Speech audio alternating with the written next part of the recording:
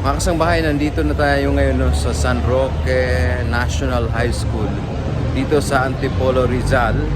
At kasama rin natin si Chairman George Sherwin Garcia, kung saan personal na sinaksihan ng mga tauhan ng COMELEC o ng Commission on Elections ang ongoing pong early voting hours doon para sa ating mga kababayan ng mga buntis, may kapansanan, persons with disability, pati yung mga may katandaan na sa buhay.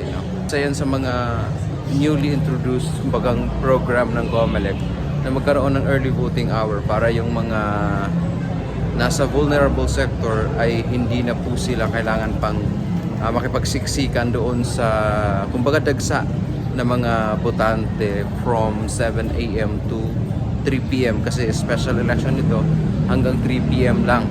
At ang botante rito batay sa datos ay 252,793. Ang target po ng COMELEC dyan na magiging voters turnout ay nasa 65 to 68%. So titingnan po natin kung ano yung magiging actual na turnout.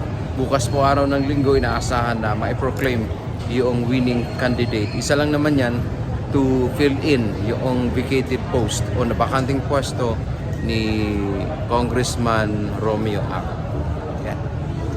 Clock ng umaga, meron ng nakatatanda na nakapila doon sa unang eskwelahan na pinuntahan namin. Yung ating mga guro naman, alas 3 ng madaling araw na andyan na. At mas lalo nakakatuwa yung mga watcher ng iba't ibang partido politikal at mga kandidato nakaset up na rin sila sa bawat presinto. Ibig sabihin, alerto at ina-expect nila yung pagdagsa ng mga kababayan natin. Sadyang itong 5 to 7, napaka-critical ito, lalo sa mga nakatatanda natin at may kapansanan. Kung napansin ninyo, madami naman ang mga nakatatanda at may kapansanan ang pumarito na at nakakaboto at gustong bumoto. Para sa kanila talaga to, para maibsa naman yung kanilang nararanasan kalimitan noon na mahabang pila, siksikan, mainit. Ngayon malamig po ang panahon dito.